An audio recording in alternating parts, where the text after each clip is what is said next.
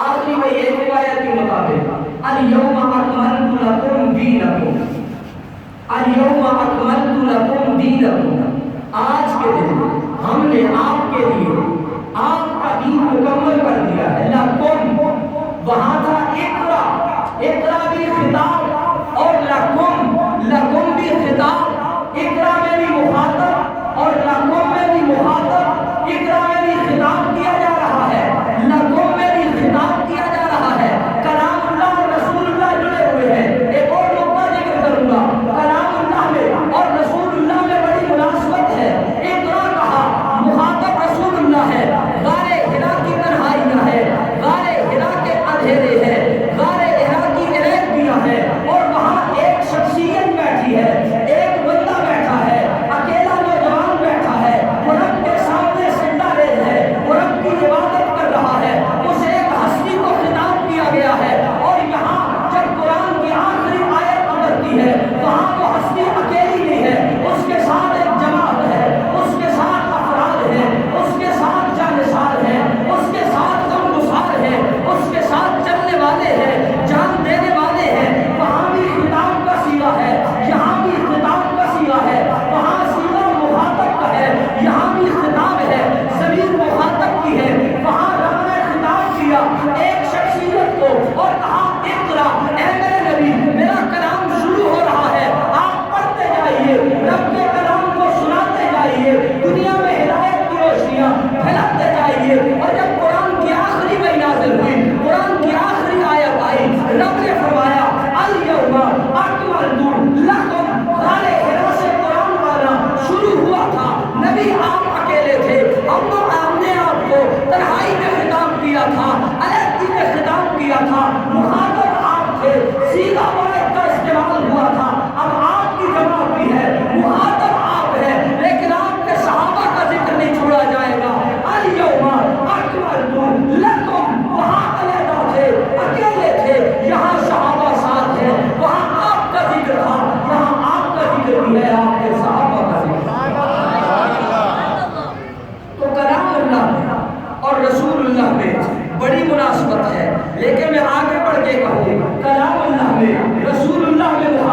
مناسبت ہے، اور تھوڑا سا ہم آگے بڑھے، کلام اللہ میں حزب اللہ میں مناسبت ہے۔ ایک حزب اللہ ہے، ایک رسول اللہ ہے، ایک کلام اللہ ہے۔ کلام اللہ رسول اللہ تک پہنچا، رسول اللہ حزب اللہ تک پہنچے، اور حزب اللہ ساری انسانیت تک پہنچ گئے۔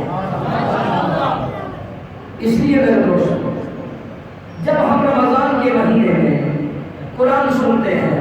قرآن پڑھتے ہیں، قرآن کی تلاوت کرتے ہیں، قرآن کی آیتوں کو پڑھتے ہیں، ہم اس بات کو بھول جاتے ہیں، ہمارے ذہنوں میں یہ بات محو ہو جاتی ہے، مٹ جاتی ہے، ہمارے ذہنوں میں یہ خیال نہیں آتا، ہم کبھی ان گہرائیوں میں بھی اترے، ہم کبھی اس بات کی طرف بھی توجہ کریں، یہ کلام کہاں سے آنا شروع ہوا، سب سے پہلے کہاں پہنچا، وہاں سے اس نے کیسے سفر شروع کیا، کن کن ہستیوں سے ہو کے آگے چلا۔ اور میں ایک اور بات ذکر کرتا ہوں، توجہ میری طرف کیجیے، کلام اللہ کی عزتوں کو اگر دیکھنا ہو، کلام اللہ کی عظمتوں کو اگر دیکھنا ہو، کلام اللہ کی شان کو اگر دیکھنا ہو، تو آپ توجہ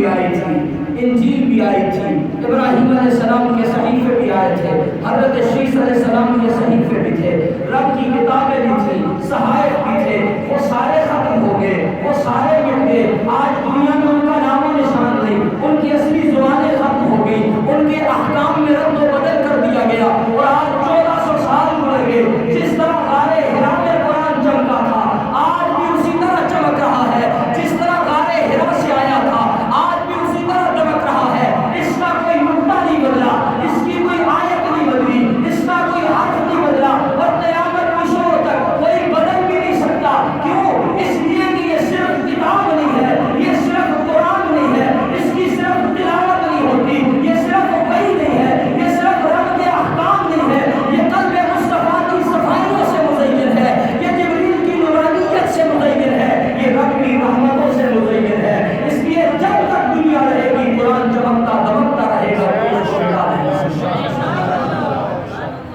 یہ رمضان کا مہینہ ہمارے لیے پیغام لاتا ہے، ہمارے لیے پیغام لاتا ہے رمضان کا مہینہ کہ ہم اپنی نسبتیں قرآن کے ساتھ قائم کریں، اپنی نسبتیں قرآن سے جوڑیں، اپنے تعلقات قرآن سے قائم کریں، اپنا رابطہ قرآن سے رکھیں، اپنا تعلق قرآن سے رکھیں۔ اور آج کے دور کا سب سے بڑا المیہ، سب سے بڑی فکر کی بات، معاشرے کو جس چیز کی سب سے بڑی فکر ہے وہ یہ ہے کہ ہماری آنے والی نسل کا کیا ہوگا، ہمارے بچوں کا کیا ہوگا، ہماری اولاد کا کیا ہوگا، ہمارے نوجوانوں کا کیا ہوگا، کل کا دن ہمیں کیا پیغام دے گا۔ آج کا سب سے بڑا المیہ یہ ہے، اور امام الانبیاء صلی اللہ علیہ وسلم کی ایک حدیث مبارکہ ہماری ساری پریشانیوں کا حل بتا دی۔ یہ ساری پریشانیاں ہماری ختم ہو جائیں گی۔ نوجوانوں توجہ میری طرف، توجہ میری طرف، میں آپ سے باتیں کر رہا ہوں اور آپ موبائل سے باتیں کر رہے ہیں۔ امام الانبیاء صلی اللہ علیہ وسلم کی ایک حدیث ہماری رہنمائی کرتی ہے، ایک حدیث ہماری رہنمائی کرتی ہے کہ تمہاری مستقبل کی پریشانیاں، تمہاری ٹینشنیں، اور جس دن کی شرمساری سے تم بچنا چاہتے ہو، کل کو تم چاہتے ہو ہمیں شرمندگی کا منہ دیکھنا پڑے، اپنی اولاد کے ہاتھوں ہمیں رسوائی کا سامنا نہ کرنا پڑے، امام الانبیاء صلی اللہ علیہ وسلم نے ایک نسخہ دیا ہے۔ سب محبت سے کہہ دیجیے صلی اللہ علیہ وسلم، اور محبت سے کہہ دیجیے صلی اللہ علیہ وسلم۔ یہ نبی پر درود کثرت سے پڑھا کریں، اس لیے کہ قیامت کے دن اگر کسی کو مصطفیٰ کریم صلی اللہ علیہ وسلم کا ساتھ چاہیے، قرب چاہیے، تو محبوب نے فرمایا اگر میرا قرب چاہیے تو جتنا مجھ پہ درود پڑھو گے اتنا قیامت کے دن میرے قریب تمہاری جگہ آزاد ہوتی چلی جائے گی۔ اس لیے محبت سے کہہ دیجیے صلی اللہ علیہ وسلم، اور محبت سے کہہ دیجیے صلی اللہ علیہ وسلم، اور محبت سے کہہ دیجیے صلی اللہ علیہ وسلم۔ اور ایک اور بات ذکر کروں، آقا تو عالم محبت سے کہیے صلی اللہ علیہ وسلم، ہر زبان بولے کوئی بھی خاموش نہ رہے، محبت سے کہیے صلی اللہ علیہ وسلم۔ کا ارشاد گرامی ہے کہ جب بندہ ایک مرتبہ مجھ پہ درود پڑھتا ہے، ایک مرتبہ، تو اللہ کی 100 رحمتیں اتر کر اس بندے کو اپنے دامن میں گھیر لے۔ سب محبت سے کہہ دیجیے صلی اللہ علیہ وسلم۔ اور بلکہ اگر میں قرآن کی اور کلام اللہ کی اور رسول اللہ کی مناسبتیں ذکر کروں تو کلام اللہ کی رب کی رحمتوں کو کھینچ کے لے کے آتا ہے، اور رسول اللہ کی رب کی رحمتوں کا سبب اور ذریعہ ہے۔ جہاں کلام